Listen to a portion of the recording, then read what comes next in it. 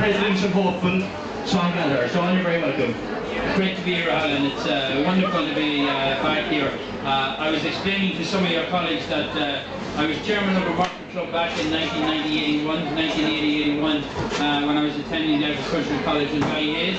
And I was explaining to them that I'm going to be the only candidate in this race that ever had their own herd number. Quite possibly, quite possibly. Just for those who are gathering, we have a few short questions. They are more or less yes or no answers, but if the candidate wants, he can expand on them a small bit. So we will start away. The first question is, should the age for presidential candidates be reduced to 21 years? Well, I think there's a case certainly to look at reducing it. And I think a lot of people would suggest that somebody who's going to be president to represent the voice and the face of Ireland should have some life experience. So I wouldn't in principle have an issue with the age of 21. What I'd like to see is have the debate about what that age should be. But I'd certainly see that it could be lower. Very good. Question number 2. Do you think that the process of becoming a presidential candidate should be simplified? And is something you've gone through yourself? I think it certainly should, because as somebody who's gone through the process over the last 3 months, it's very frustrating and difficult, because political parties are the gatekeepers of this election and who gets on the ballot paper. So as an independent, I've had to travel to meet all the councils and I've now secured the support of 4. I've now asked all other councils who are going to nominate me to withdraw those motions and leave them free to support other people. I would very much like to see it be a much more inclusive process. It's not about political parties. This is about electing a president. Very good. Should the president have a great role in the governance of the country?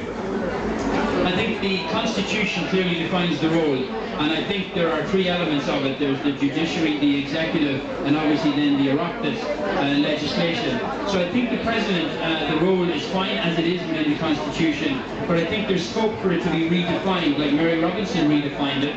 Mary McAleese has done a tremendous job in further redefining it and focusing it very much on the peace process.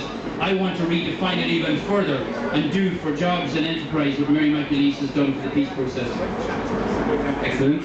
In your opinion, would the President of Macra or similar organisations be a candidate for a seat in the Council of State? I think absolutely, and why not? Macra understands young people, understands the issues facing rural communities and agriculture and farming, and therefore I would see somebody from Macra being very eligible for a seat in the Council of State. Should the election be held on a Saturday to facilitate younger people? Yes, and I made this point in the past that I think it should have been on a Friday or a Saturday to facilitate young people and students who need to travel home to where they're registered. I would like to have seen that. That would have been my choice, my recommendation, but in the end it was the decision for government. How would you use the presidency to improve the lives of young people? Well, not only have I been involved in Macra, I've been involved in Feirme, I set up a Feirme club. So much so that I went on in the mid-80s to become a professional youth and community worker. And I've worked with young people in disadvantaged areas at risk with alcohol and drug abuse.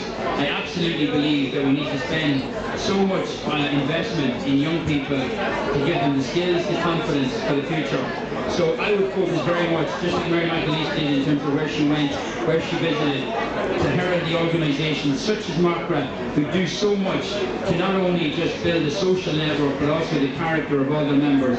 I can spot, and I remember somebody coming into Dragon's Den to pitch an idea, and I said at the end of the idea, it was a food production, I said, I bet you were in Macra Feirme, and he says, how do you know? I said, I know the way in which you articulate yourself and in which you speak. I said, and I bet you also took part in debating competitions. And you could see that coming through all the time. There's also another social aspect of it, which my wife Tricia just reminded me before I come up here, is that there's a great social outlet for people in Macra, for young people to socialise and to recreate. So much so that Tricia's parents met through Macra.